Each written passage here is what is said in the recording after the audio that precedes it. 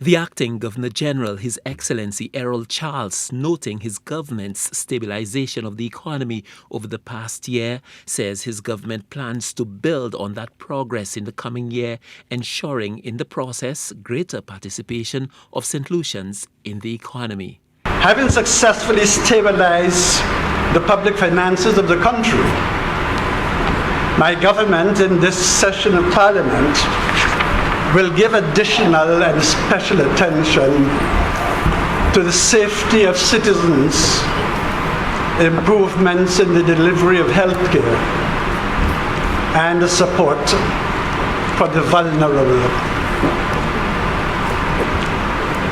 The pace and effectiveness of improvements in these areas will be buttressed by sustained economic growth, which is already showing encouraging signs.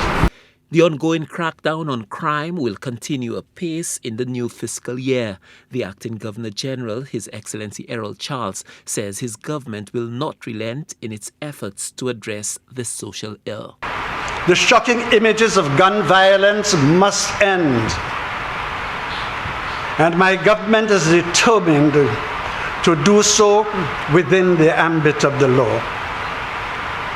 The homicides taking place in the south of the island cannot be allowed to continue, and so my government is determined to end it, lest it begins to spread and threaten the social and economic life of our country. The government is seeking to ensure that in its quest for social and economic development, the disadvantaged members of the St. Lucian society are assisted from the public's purse to cope with the new reality of increased prices of essential products, much of which are imported.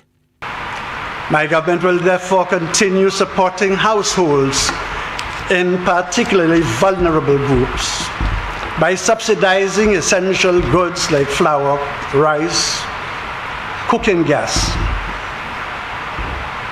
In addition, my government will continue to assist the most vulnerable through the Public Assistance Program in support of the post-COVID-19 business recovery.